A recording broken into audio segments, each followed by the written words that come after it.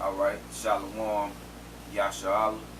We want to start off by giving all praise and honor and glory to the Most High, Yahweh, while Yahweh Shai, his son. We want to give honors to the elders of GMS, the men that rule well. And we want to say Shalom to all the Akim Madel that's pushing this word in sincerity and truth. I'm Brother Atazaria. Alright. Come. We just basically, just got together and just like an open forum, so to say.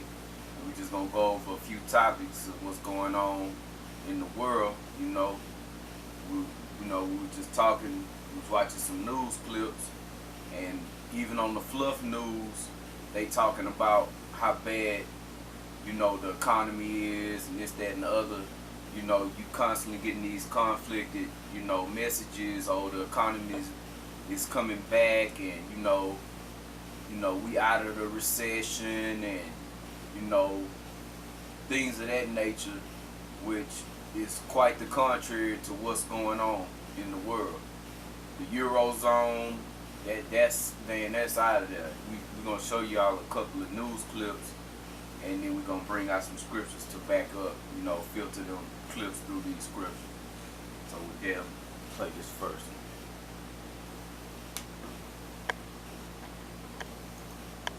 Wall Street suffered its worst losses of the year on Friday following a dismal May jobs report, with unemployment rising to 8.2%. It is even worse in Europe right now, where the jobless rate is 11%. For perspective tonight, we're joined by Mark Zandi, chief economist for Moody's Analytics. Mark, we're talking here about a global slowdown that's especially bad in Europe. How bad is it in the... And mind you, he said a global slowdown. He didn't say just, in the United States. This is worldwide. U.S. Well, it's tough. The U.S. economy's growth rate has slowed quite sharply. You can see that in the recent jobs data. But we're still growing, and I think we will continue to grow. That's a contradiction. As long as the Eurozone hangs together. Speaking about that Eurozone, unemployment rate in Spain, 24%, the possibility of Greece leaving the Euro. What's the worst case scenario? Well, the worst case is that Greece does leave the Eurozone, that Spain has trouble with its banking system, and that the entire Eurozone unravels. If that were the case, then I think it would be very, very difficult for the global economy, including our own economy, to avoid going back into recession. On the flip side of that, Mark, what's the best case scenario? Well, the best case, and I think the most likely case, is that European policymakers will get it together, that the Greeks and the rest of Europe will find a common ground. The Greeks will stay in the Eurozone.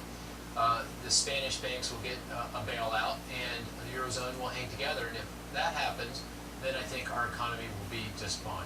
Mark Zandi, thank you. That's that hopeful thinking Esau like to push, But let's just check out a couple of the news articles. They talking about it's hanging on the Eurozone. So let's see what's going on with the Eurozone.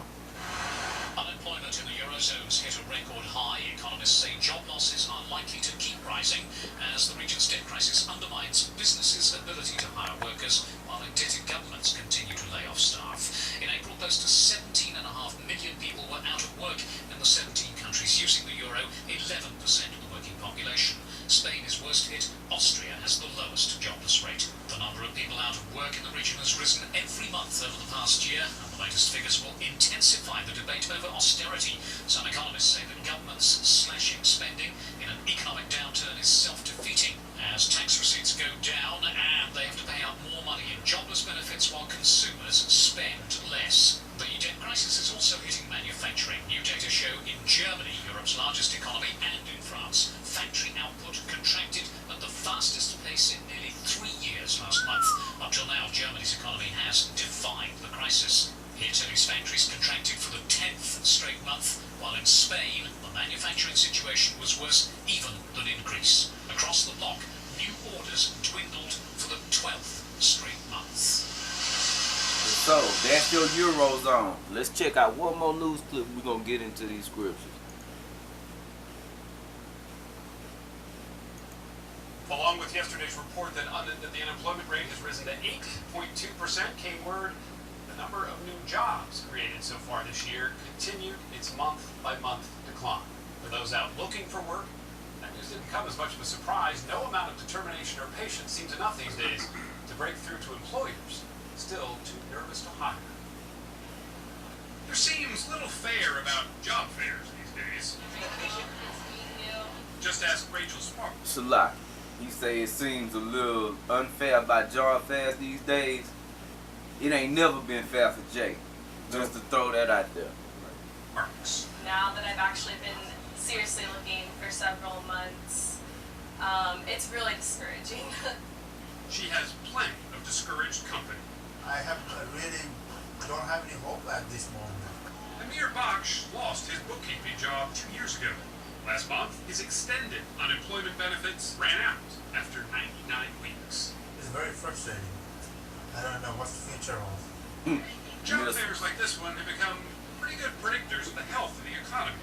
Hi, Erin. How are you? Thank you for coming. Erin Barnes has organized several, and at every one, she says, the demand has risen. Find some great applicants. We still get registrations in the hundreds.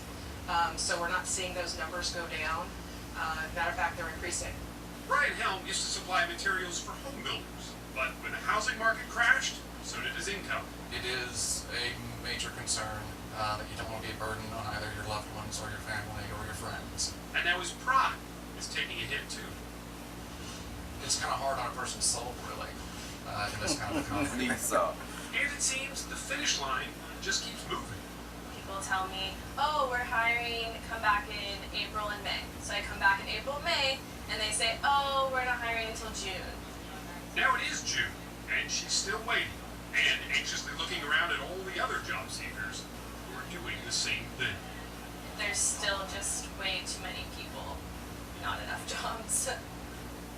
Those folks you saw there in California, and they have it tougher than most states. At 10.9%, its unemployment rate is well above the national average. In fact, it ranks just behind Nevada and Rhode Island for the highest employment rate in the nation. Yapa.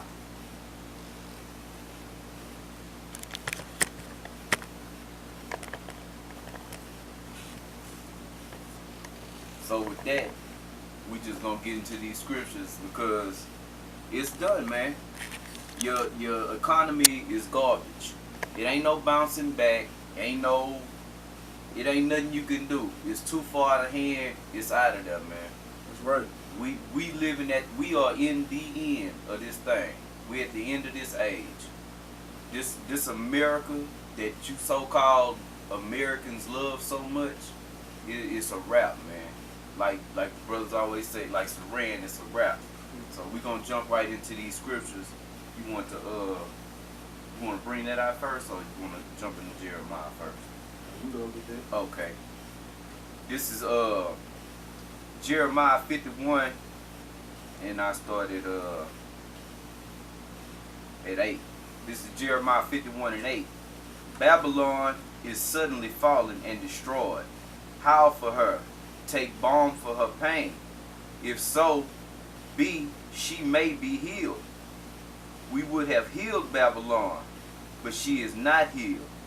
Forsake her, and let us go every one into his own country, for her judgment reacheth unto heaven.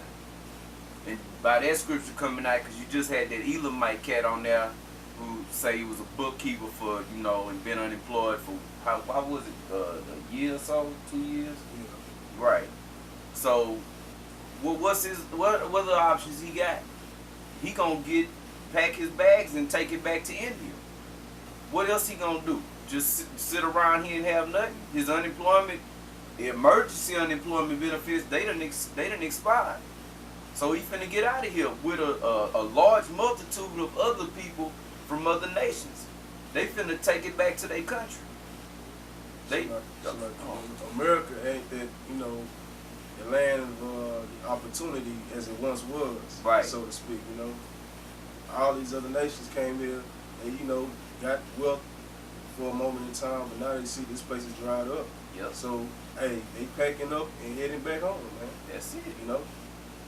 You got what they call a mass exodus of Issacharites, which you so-called Mexicans, leaving America going back to Mexico.